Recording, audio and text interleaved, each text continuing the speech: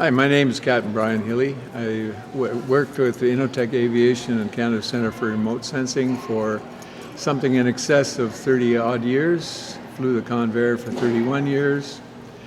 Enjoyed it a great deal. It was a great airplane to fly. It was a conversion from the old 340 Convairs, and when that conversion took place, a lot of things were done to the aircraft that made it particularly apropos for remote sensing, in this particular case carrying a lot of heavy-duty electronic cargo in the radar development through CCRS. One of the things that was really important was when the airplane was converted to the 580 in 1962, they put on two big engines with twice the horsepower that the aircraft had in the first place. And if anybody knows anything about flying airplanes, when you got one engine out on one side and one at full bore on the other side, there's a lot of yaw going on. And you got to be able to do something to control that. So they had to increase the size of the rudder in order to manage that problem, one that doesn't very often happen. In fact, I never had in 31 years and the 4,000 some odd hours that I flew it, never had a real engine failure, which speaks to the reliability of the airplane. It was a great airplane for doing what it was doing. It was all weather, long range fuel tanks. We could get somewhere, you could go to Europe, etc., things like that, and put in some very long sorties. I know on a trip to Japan, one of the sorties we went on for a month, we took the airplane out in the westerly direction to get to Japan, and we had to do some sorties. In one case, we were 7.5 hours in the air going to Midway from ADAC. There were a lot of other interesting stories about that trip we might get into later, but that's the kind of capacity you need in a research airplane like this, because you spend a lot of time in the air with new equipment that is unknown, untried. The guys in the back are fixing. They're often fixing, so you spend a lot of time flying around getting fixed so that you can carry on with the rest of the program. But what else can I say about it? It was a comfortable airplane to fly. Being in it as long as I was, I said previously, it was almost, I knew the airplane as well as I knew my wife, and I always knew when it was getting sick. You just have a feeling for it when you've been in an airplane so long. Something sounds different, something feels different, something is strange, you know it right away. And you can usually pinpoint the problem as a rule. All right. So my name's André Gignac, and I flew the CCRS Convair from 1981 to the end of '86, for 6 years. I came into the company to Inotech from a corporate job in Montreal after I'd left the military. And I'd flown Convairs in the military before at the 412 Squadron, both in Canada and in Europe. Really enjoyed my time. It was very different because suddenly I found myself in an air crew position where you just had the crew. You just go somewhere. You don't have the passengers. No passengers, no freight, just the crew. Go somewhere, do the job, and come back, and without the complications of passenger handling. It was nice. It was a good crew. It was almost like family. Huh? We always worked together. We're all the same people together. Yep. And because, as Brian said earlier, it was a developmental piece of gear. We spent a lot of time waiting for them in the back to fine-tune it, to repair it. And we worked all together to make it happen. In some places where I remember Chuck Livingston borrowing transistors and stuff from the CBC North so we could go flying in the afternoon. And I left eventually in '86 because my wife, I got married while we were there at Inotech, started to have kids. And the first one, we were very busy one year. The first one was a year old. He had no idea who I was. And this is true. And Being a my whaler. wife suggested I should find a job where I might be around to change a few diapers. And she had a point. So I took a more sedentary job with the Department of Transport after that.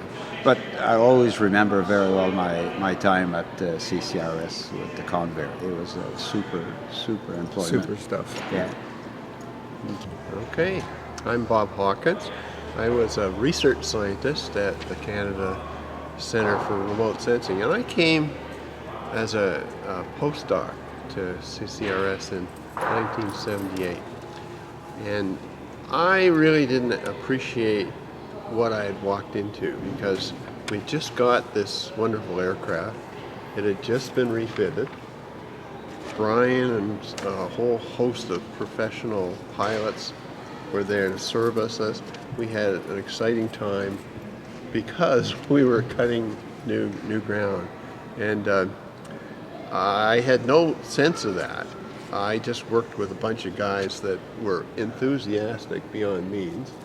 And over the years, I moved slowly into working with the people in the aircraft. And that was a privilege by itself. Most scientists work in an environment by themselves, and they kind of poke their way through. But when you work with remote sensing, you work with professionals. These were guys that had years and years of experience planning missions, doing work, and making things happen. And that was a super privilege for me. I was not a guy who flew the airplane, although I got to sit in the jump seat once in a while. I once deployed the flaps, I remember. But I was a GIB, a guy in the back. And I came across, while we were looking at some of the stuff in the archives of the museum, the little clipboards we had. Yeah. Ah, yes. There's one that's marked SOB. The scientists on scientist board. on board, yeah, of So course, I that's what still it have means. that one. It wouldn't be. We wouldn't use anything different. Anything derogatory. There are others for other operators where they went and so on, but I enjoyed working with these guys, and I think Brian said it best once: when you go on a mission, there's something that happens that you form a team. And everybody rows in the same direction. You may have a captain calling the shots, but everybody pitches in to get Everybody the job has to be done. there. Has to be a team effort. Yeah. And we didn't sleep together. We slept in the same hotel, but we ate together. We worked together morning to night. It was fantastic. We didn't drink. Yeah, yeah. No, we didn't drink. No, of Okay. course not. Wine and cheeses only. Yeah, Wine and of cheese course. was Brian's specialty. Okay.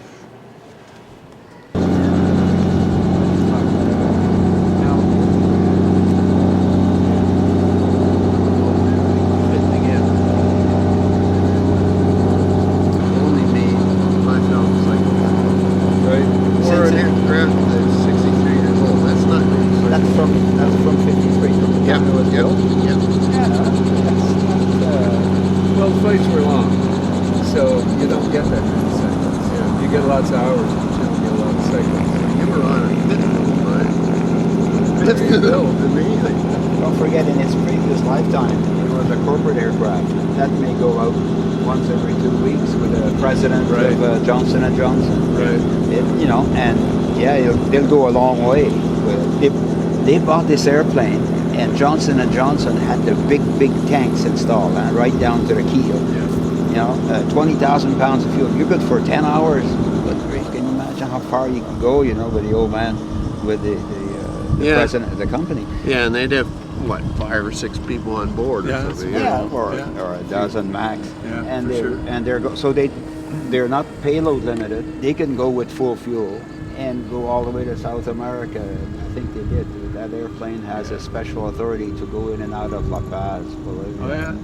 Wow. If you look at That's it. the back of the performance. So what other things, like I think the other night you were mentioning that because it was a corporate airplane for executives, it had some special stuff. Well, they really want to be a self-contained thing, power-wise, electrical power. air conditioning. So that's why they had the Stinger in the back rather than just a GTC. Most of these, the great majority of these Convairs have just a GTC, and just for air start, and that's all. So if you take that same piece of equipment, move it to the tail, much like a Boeing, now you can have electricity from it, you can have air conditioning. In your case, you can even have backup pressurization in a pinch if your EDC fails. So it was a real asset for them to go somewhere where there's nothing and be self-contained and have comfort for the crew, for the people and the passengers. Which in turn made it a good asset for this operation. Yeah, especially in the north, because it had to be standalone. Yeah. It had to be a standalone airplane in order to do the kind of stuff we were doing. We needed the big fuel tanks to do the number of hours in the air that we did. Yeah. And you want to go anywhere in Canada, which is so big, you need some airtime to get there. Yeah. And Now, so but I remember when we'd be, typically there'd be 2 hours of warming up, getting the equipment going. in the Arctic, it was really difficult, and it did take that at least. And we'd use that Stinger and for the that. Stinger would be the driver Yeah. for the most part. It gave us power, it gave us the air to heat the airplane. It would take 3 hours to get the stuff ready to get off the ground, Yeah. quite easily, especially when it was minus 40. I remember Inuvik in December when we were doing yeah. the Canmar, the Dome Petroleum support operations. It was forever getting the thing, and you got to warm it up slowly. You can't thermal shock any of the systems. So, and it's not just the equipment in the back, but the engines and the gearboxes and the propellers as well. Otherwise, you're going to blow seals and lose oil, and then you can't go. Yeah. And then in the original configuration, we had those crazy camera boxes that recorded recorded the SAR data. Yeah. And they were made of magnesium. They were about 8 feet long, Yeah, right and on they the had to be warmed up to a specific temperature to work at all and to be in focus to be the right record length, the stuff. to be the right To length to be the right record. length to Yeah, I record. remember that. Yeah, that was just terrible. We used to put heating blankets on them to try and keep them warm all night when the airplane was shut really? down. Oh yeah. We put heating blankets. We would on. plug it in Inuvik. We'd plug it in at night with Yes. baseboards inside the aircraft, as much as possible. It'd still go down to minus 30 something instead of minus 40. So you've gained 10 degrees. It will be. But then that gave me a couple hours to make everybody breakfast while we were warming up and getting ready to go. I still On board. One thing that's not in the airplane that I wish we still had was the coffee pot. You remember that breadboard? I can still remember the scientist on board's job was to get that coffee going as soon as we took off. That's right. That's right. Now, I remember, Andre, one of your things you talked about was taking that radome down. Oh, changing the antenna. Talk about that. Oh, in Inuvik. Oh, what a gruesome task. Oh yeah. It They is. would.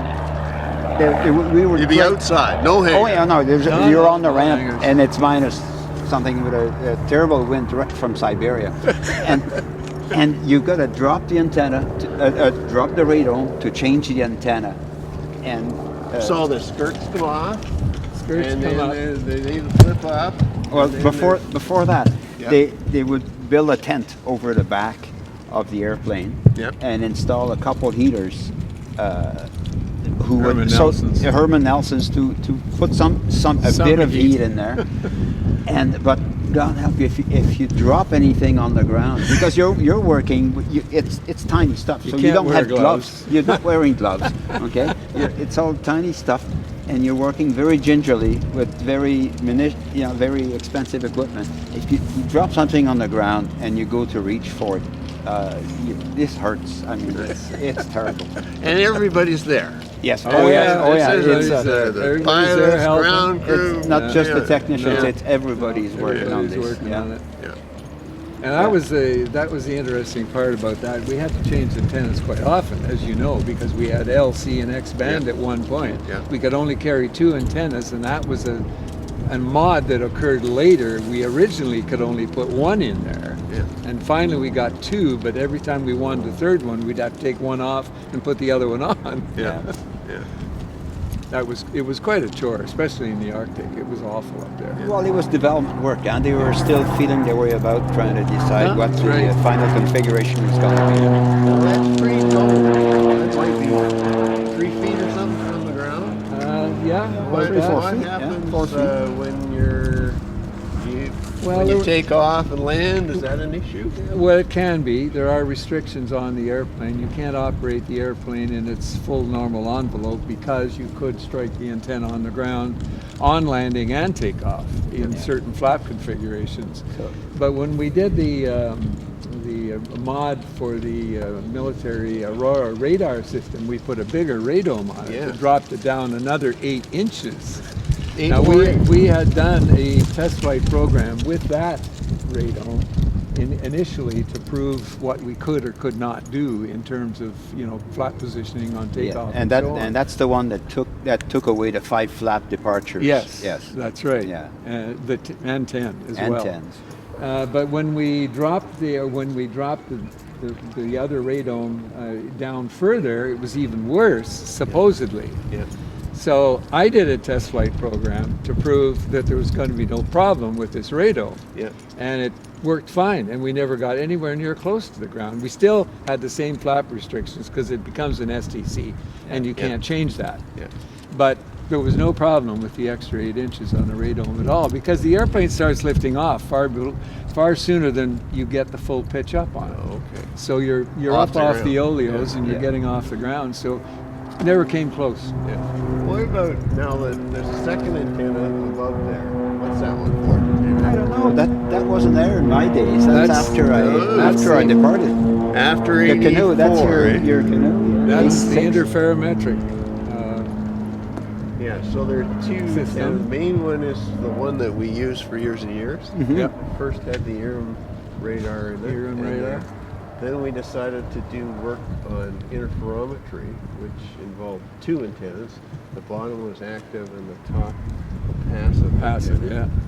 yeah. And but I remember there were issues about, okay, we're going to put this canoe on the side. What's going to happen? Can we still fly? More test flying. Yeah. More test flying Yeah. with that on there. Did you end up with a burble on the elevators, No. or it's high enough No, to? it didn't create any problems at all. Actually, it caused a little bit of a yaw because of the drag on it. It caused a little bit of yaw, right? But the trim took that away, and I think it was less than a half degree of trim required. Just you set it up and Nothing, it yeah. becomes permanent. So once this thing was on there, you're committed to looking right all the time. For interferometry, yes. yeah. Yeah, for the other antenna, we could image to the left or to the right. And the swaths would vary from our highest resolution mode, that'd be like 20 kilometers or something like that. But the wide swath would be up to 100 kilometers. Yeah, it was. Yeah. And that was more typical of imaging radars to use a wide swath than wide angle. Let's talk about it's a turboprop. It Right. didn't start out that way. How did it No. start out? No, well, it had the sort of World War II and post-World War II round engine, internal combustion engine, radial engines that the Convair 340 had, because it was a Convair 340, like a commuter airplane Right. for those days in the 50s. And at one point, They took 50-some passengers, and yeah, it was a 50-passenger door coming down was a big feature, and yeah. What was happening, and we had that same problem on our DC-3s at Inotech, is it was getting more and more expensive and harder to find a place to do the turnarounds, the time between overhaul inspections on these round engines, and expensive. So General Motors, the maker of Allison engines, gathered a whole bunch of those 340s and 440s and put the turbine engine, the same engines that were on the Electra, the Hercules, Yep. the Aurora, and it gave it a second life. It gave it enormous amounts of horsepower compared to what it had before. Yeah, like 2,000 up to about 4,000. 4,000 horses. The 4,300 on the military Convairs that we had here in Ottawa, you know. But your wing is still 180 knot wing that we're driving at 300 knots now. So that becomes your drag limitation. It's got built-in drag. You just can't. The brute force and ignorance can only take you to so much speed. You know. Yeah, and the conversion in 1962 with the larger engines, of course, you had to increase the rudder size because of the asymmetric effect. If you had an engine failure, you needed a lot more rudder to keep the airplane straight. Okay.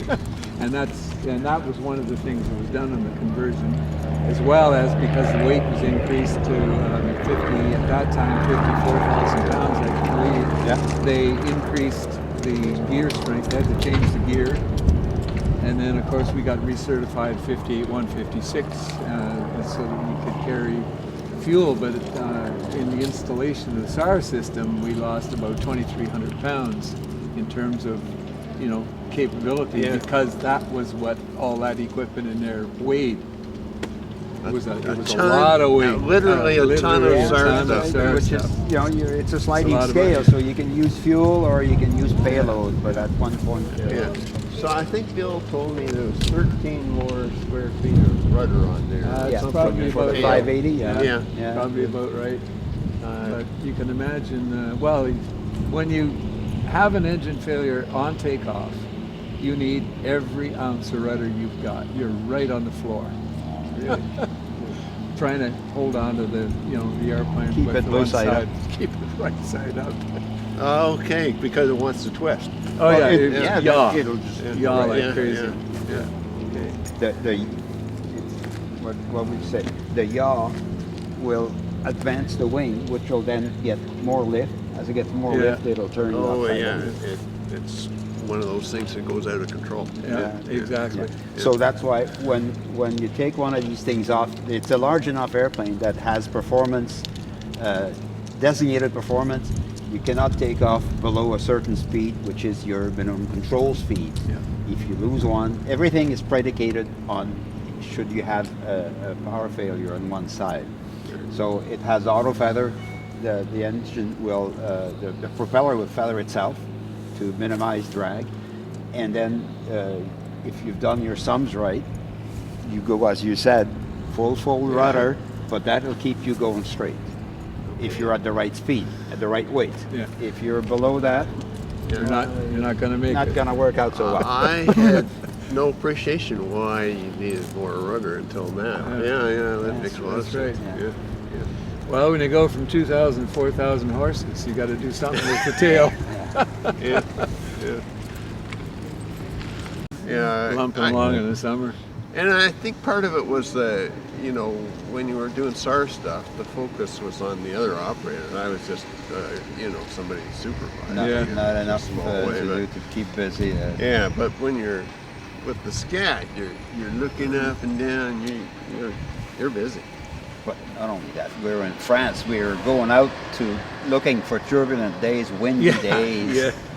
And just going around. Yeah, going around and around and around.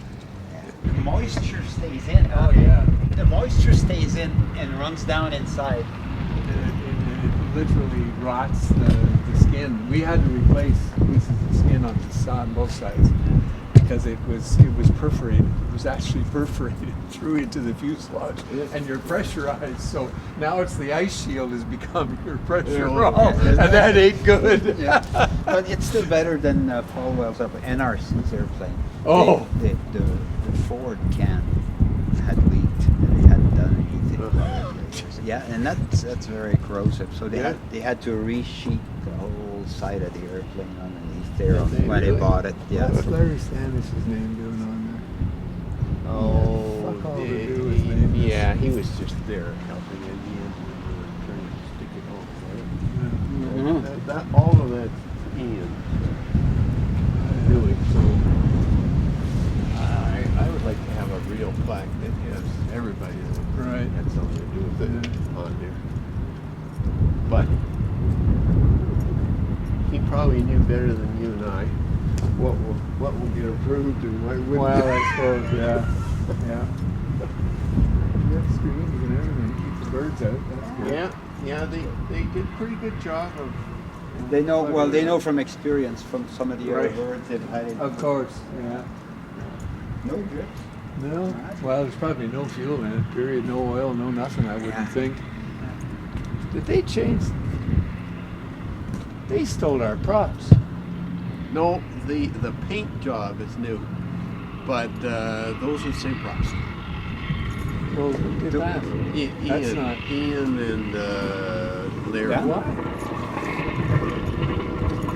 That's They not just normal. they just decided to. You know what? For a while it was sitting in the hangar, and those guys had not much to do. Yeah. And that was one of the little Keep them things busy. they did. Huh. Crazy. And it didn't stand up very well. I mean, it was not Look, yeah. long. You never Oh, flew no. with that No. one. It No, only no. flew maybe It only flew the a once half that came. hour after that. Yeah. Yeah. So it wasn't a great job. Oh, they wouldn't change. I mean, those blades are so hard to find. You remember Hartford Well, I was at one point there was only 32 blades worldwide. That's right. How much do these pitch back with you? How much they pitch back? Yeah. In flight? Well, when you're Oh, and going in flight, reverse, in flight he's wide open. You almost got 45, Yeah, 50 degrees 45, of 50 bite. degrees of pitch. okay. Yeah. But if you go to reverse, Yeah. Goes the other way. This one will go in. Not a whole lot because you don't No, it want to doesn't be take you don't want to be exceeding 1,000 horsepower max, 1,200 Yeah, horse, 1,200, yeah. because otherwise you're going to decouple the engine. Yeah. Is that so? Yeah. Oh yeah. Well, yeah, because it's made to push back. It's not made to go the other way. Yeah. That's right. With the prop sort of driving into the gearbox at 1,200 horsepower, he'll let go. He'll say, "No, Yeah. too much for me." Yeah. There's a lot of little subtleties that you guys know that nobody else Yeah. Oh, knows. it's trivia. You don't want to know Yeah. most of the stuff. Yeah. But yeah, it's a nice engine. I mean, they're still building that engine today. More horsepower now, 5,000 horsepower Are instead they? of 4. Wow. Yeah. Yeah. Well, these engines were derated. The only reason being the gearbox. The Yeah. gearbox was only capable of 4,000 horses.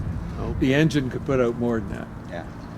Okay. Just a curious fact, maybe interesting. The engine itself took 8,000 horsepower to operate the engine alone, and it put out 4,000 to the Really? props. To the Wow. prop. So the 4,000 engine goes to the propeller. Yeah, no, To, 4,000 to the gearbox. Yeah, but it produces 12,000 horsepower when Yeah. it's Doing turning that. 4,000 on the prop. Okay. So that big 40 kVA, 40,000 watt alternator on there is enormous amounts of power. It drives that. I mean, this is one of the reasons this was such a bonus airplane Yeah. for you. It's got so much electricity, Yeah, you know. and you got, needed that. You got generators making DC. You got these big alternators, huge things, making AC for you. Why did they originally need that? They didn't. They didn't. That was a mod. There was This was all DC. Originally, the 340 is a DC airplane. When the T56 engines were on, or the Allison engines were put on, these things came with big alternator, the same ones that you get on the Boeing. Yeah. They're all the same. Okay. Big Westinghouse things. They're super. Yeah, that was General Motors did that Yeah. in their mods. But it created a lot of problems for them because now they got some stuff running AC being DC controlled. Yeah. And it's a real problem because all kinds of funny things happen when something pops or Yeah, yeah. Something changes. But the high power, the 208 volts of AC was super because all this thing is All the de-iced. de-icing. All the de-iced, the whole front of the engine is de-iced Is there with voltage. de-ice on the props or just on the? Oh, Right yes. there, these cuffs Okay. are all electric. And what about the wings? Air, That's hot air. Hot air from the in a engine. duct Okay. that runs out of the engine. 200 degrees. The horse collars up there, the intakes, Yeah. on the ground, if you turn them on, they'll immediately burn up, catch on fire. There's so much electricity going through there, and they're so hot, they will immediately disintegrate. Yeah. And So- that happened once, and I was watching it happen. Yeah. So I know how I it lost looks like. one in Oklahoma on a military Convair. Same thing. It just disintegrated. Yeah. It just came Wow. apart. But this is all heat. This is heated, Yeah. and then the whole mouth of the engine is heated. It's heated. So Everything. yeah, a lot of AC going there. 208 volts. So this thing, I think the engine runs about Yeah. 13 times 13. around for every prop. Yeah, 13820. 13820, 875 plus or minus 25, Yeah. So and that the prop is at 1100 RPM. Yeah, and constant. Well, you had 1020 actually, Yeah. sorry. Okay. 1020. Yeah, there was a low speed idle and a high speed, Yeah. right? What was the low speed idle? Well, it was basically 10,000 more RPM. than, it was Well, 10.5. it's just- It was basically a start thing. Yeah. It's hard for that engine with these props on it to start and go to full 13,875.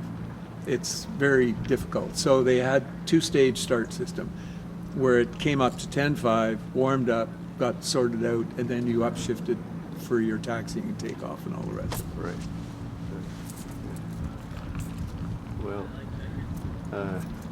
And that created some interesting things. Every once in a while, I recall distinctly once, this engine, birds had been making homes in the airplane. And they had, the way you get the engine running at 10,500 RPM is by bleeding air off the compressor stages so that it doesn't Doesn't go choke. faster Doesn't or burn whatever. and choke.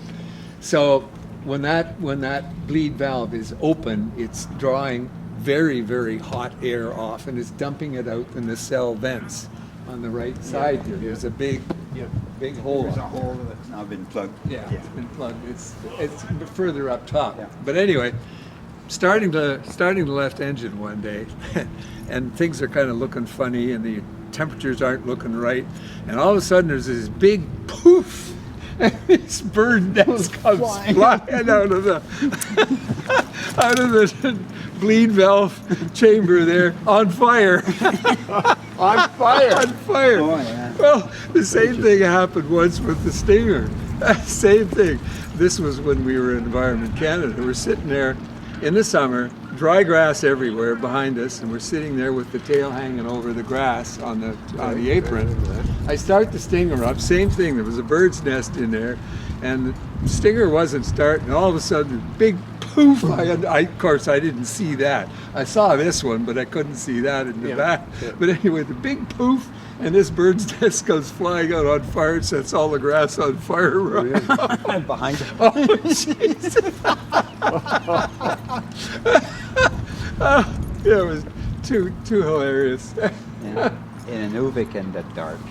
And and we've had to run the right-hand boost pump because of to keep the Stinger going for hours and hours. Keep fuel pressure up. So, and it's been a bit of a leak, and there's been fuel leaking into the burn chamber, so that when we started the engine finally, it lit, and it lit the sky, the Arctic sky behind us, an enormous flame past the tail. I remember Roger and Dave Gardner sitting up front, and then they just turned, and they're running for cover. There's engineers on the ground. Woo. A woof We had a tailpipe do that once too on start, and pulled fuel. Well, we had a couple of start attempts that were not successful for various reasons. But anyway, when it finally did, fuel. there was fuel laying around in the tailpipe that hadn't burned, of course. When it did start, it burned real burn. quick. Quite a flame. My remembrance of startups was always, well, it depended on how you parked the airplane, but the air intake for ventilation inside, somewhere under at the back. And There's one on the front of the wing right there, that hole. Yeah. And there's one underneath that big scoop. Right. Are the intakes for the heat exchangers. Yeah, but if you're at the time, if you're actually using the Stinger for air conditioning, That's the air you're getting. That's the air you're getting is yeah. from the tail. Well, there'd be this awful Smell. smell. Well, Yeah, awful. because It's the smell of money. What are you Yeah, talking well, about? maybe you're right. Yeah. Well, it's funny. If you got the wind up the tail and you got the Stinger running, you're going to smell burnt the kerosene. stench of kerosene. It comes in. Reed's wife, Louise, Yeah. came out here when this airplane landed, and we all walked up to it, and she said, "Oh, there's that smell." I remember that. She went to Japan with you guys, she to did. Europe, and so on. But this was her home, she said. And, Yeah. But that smell came right back. Yeah. Yeah, That kerosene. does. It does. Kerosene. Well, Oh, there she is. Wow.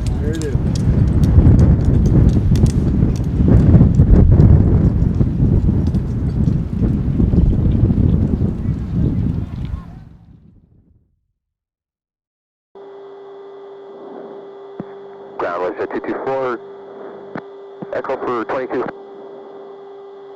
Westjet 224 ground, taxi in at your discretion on the apron. Ready? Yep, ready. Westjet 224.